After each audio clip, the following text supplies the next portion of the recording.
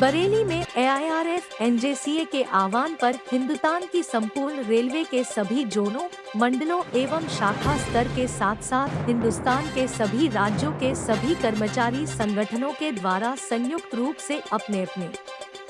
विभागों में new pension scheme के विरोध पर 2 दिवसीय हड़ताल मतदान में कर्मचारियों ने बढ़ चढ़कर भाग लिया।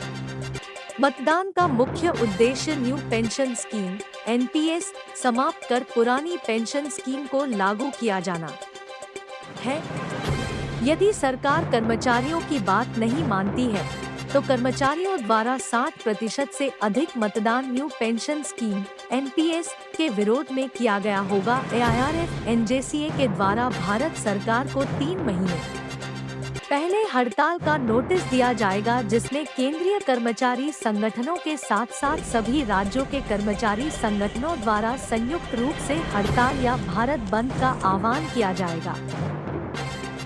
सिंह मलिक नाम है, मैं यहाँ एनी रेलवे मजदूर का प्रेसिडेंट हूँ। आज जो है वोटिंग चल रही है, किस तरह की वोटिंग है, क्या मांग कर रही है आप लोगों ने? ये हमारी न्यू पेंशन स्कीम के विरोध में हम लोग वोट कर रहे हैं और ओल्ड पेंशन स्कीम लागू की जाए, क्योंकि हमारे पूरे अपने सेंट्रल रेल और भी हमारे संयुक्त मोर्चा के आह्वान पर all India railway men's federation जो उसका मेन हमारा मोर्चा है, उसके आह्वान पर सारे हिंदुस्तान के सभी राज्यों के जितने भी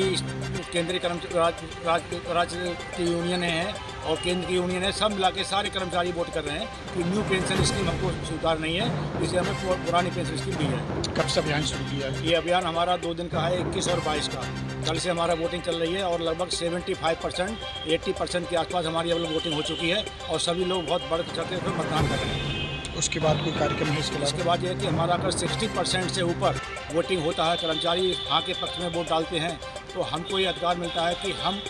हमारा जो संयुक्त मोर्चा है वो हमारे कर्मचारियों की तरफ से भारत सरकार को एक नोटिस देगा कि अगर उन्होंने हमारी न्यू पेंशन स्कीम को खत्म करके नई pension scheme old pension scheme लागू नहीं की तो हम हड़ताल का निर्णय ले सकते हैं और हम हड़ताल पर जा सकते हैं, जिसमें हमारे सारे राज्यों के पूरे हिंदुस्तान के कर्मचारी और केंद्र के कर्मचारी सारे मिलकर एक साथ ये अभियान चला रहे हैं। क्या नाम बताया आपने? सुरेंद्र सिंह मलिक नाम है मेरा। और ये हमारे आइजत नगर डिवीजन में हमारे सारे ब्रांचों में, सारे स्टेशनों पे, सारे गेटों पर और जितने भी हमारे सारे ऑफिस हैं सभी में हमारे कर्मचारी मतलब 14 टोलियों में हमारी 14 जो हमारी ब्रांच हैं वो मिलकर कार्य कर रहे हैं। हमारी बस एक ही मांग है, एक ही उद्देश्य है कि